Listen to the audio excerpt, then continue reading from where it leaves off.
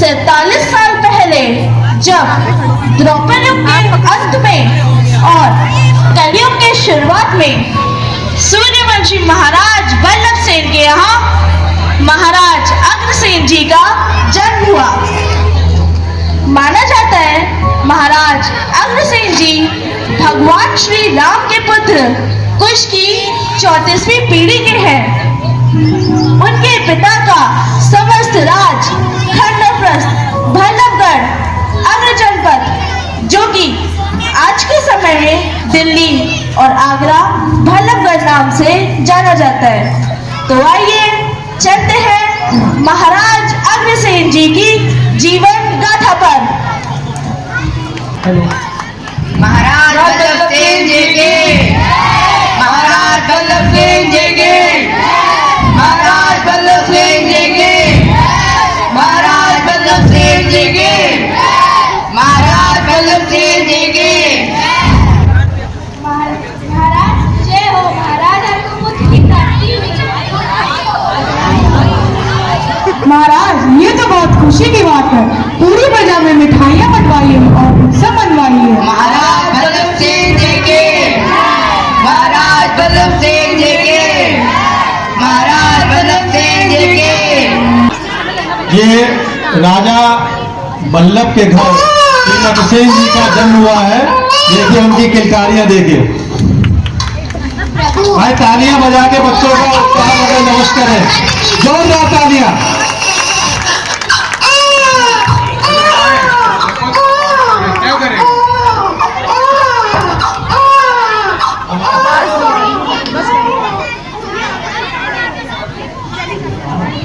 ये देखिए ऋषि जी आए हैं बच्चे का नामकरण। और महाराज आपका ये पुत्र बहुत कमाइयों में राजा बनेगा। एक ऐसा राजा जो बहुत दयालु होगा, बहुत धार्मिक होगा, शांति दूत, प्रजा वत्सल, हिंसा विरोधी, बलि प्रथा को बंद करने वाला, सभी जीवों से प्रेम करने वाला। और तो महाराज आपका ये पुत्र सच्चे समाजवाद की स्थापना करेगा। और महाराज आपके इस पुत्र का नाम होगा राजकुमार अग्रसेन। बोले महाराजा श्री अग्रसेन जी की। प्रभु आपने यह बता के मुझे धन्य कर दिया है, इसलिए आज से इस बालक की शिक्षा का दायित्व आपका है और एक सर्वस्व राजा बनने के जो भी नियम है इसे आप सिखाएंगे। महाराज राजकुमार अग्रसेन जी के, राजकुमार अग्रसेन जी के, राजकुमार अग्रसेन जी के, महाराज वल्लभ सेन जी के, महाराज वल्लभ सेन जी के। राजा वल्लभ सेन जी के 2 पुत्र हुए। बड़े थे महाराज अग्रसेन और दूसरे हुए महाराज सूरसेन। महाराज अग्रसेन जी को शिक्षा के लिए भेजा गया, जहां उन्हें एक अच्छे शासक बनने के सभी गुण थे। 15 वर्ष की आयु में उन्हें अपने पिता के साथ मिलकर पांडवों की तरफ से महाभारत का युद्ध लड़ना पड़ा। उस युद्ध के दौरान 10वें दिन भीष्म पितामह के हाथों महाराज वल्लभ सेन जी वीर गति को प्राप्त हुए, जिससे महाराज बहुत आहत हुए। परंतु तब भगवान श्री कृष्ण ने दिव्य ज्ञान दिया और कहा,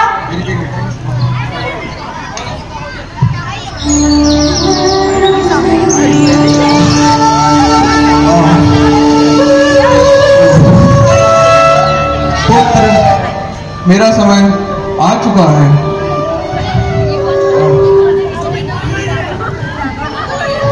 पिताश्री आप मुझे छोड़ के क्यों चले गए? पिताश्री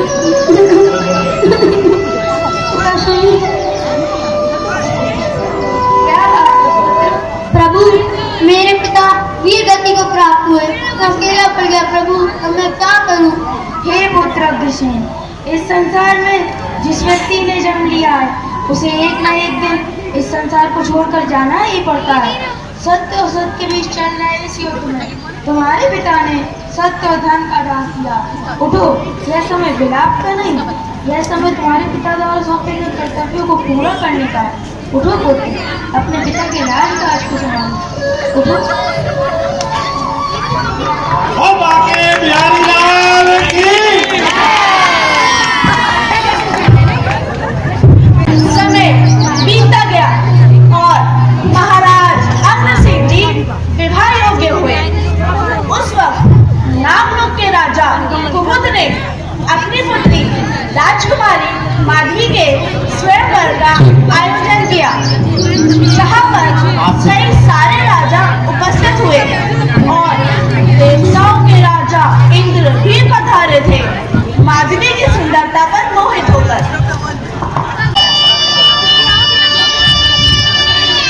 महाराज कुमुद के, महाराज कुमुद के, महाराज कुमुद के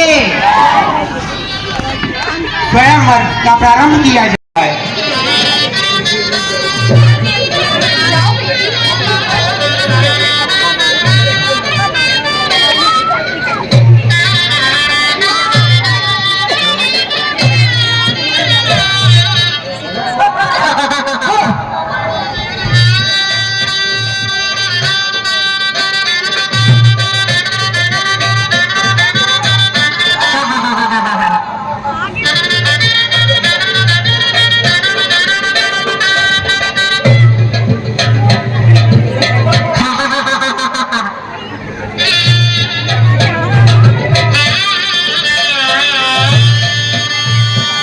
बेटा आओ बच्चों।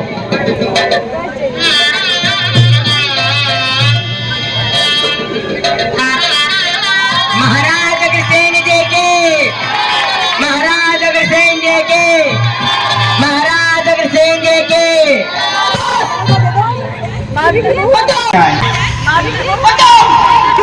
इस बड़ी सभा में इंद्र का अपमान हुआ है और इंद्र ये नहीं सहेगा। अग्रसेन तैयार हो जाओ। इस अपमान से इंद्रदेव बहुत आहत हुए।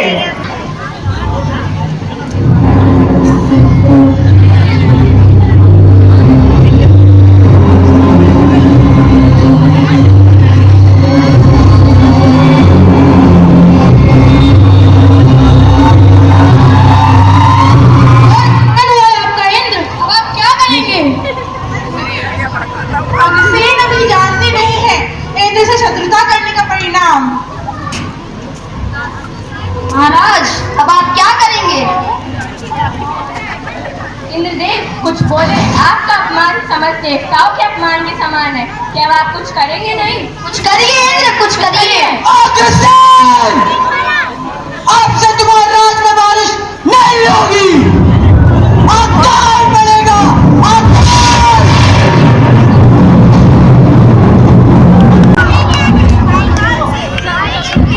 आकाश से चारों तरफ हाहाकार मच गया।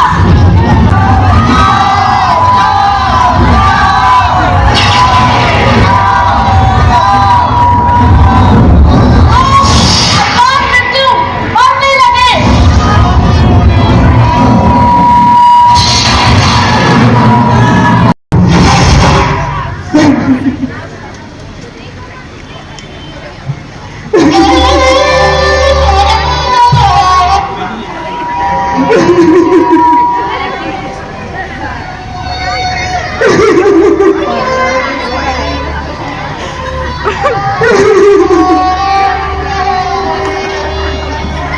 ये क्या हो गया?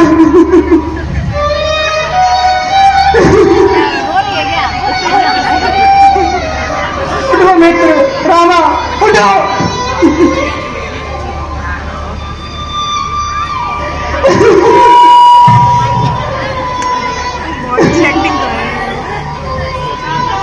उठो भाई, उठो।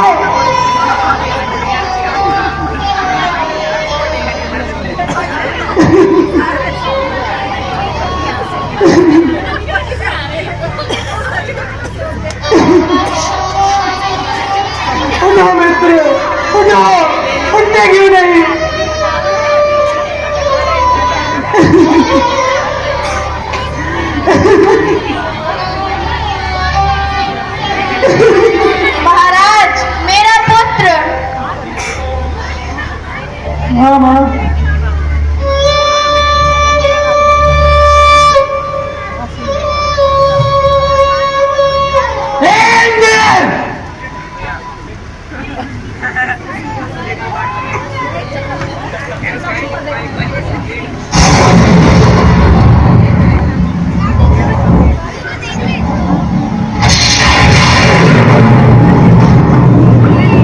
धर्म और अधर्म के बीच इस युद्ध में अग्रसेन इतनी आसानी से हार नहीं मानेगा। जीत सिर्फ धर्म की होगी, सिर्फ धर्म की, और अधर्म का नाश होगा। मैं आ रहा हूँ।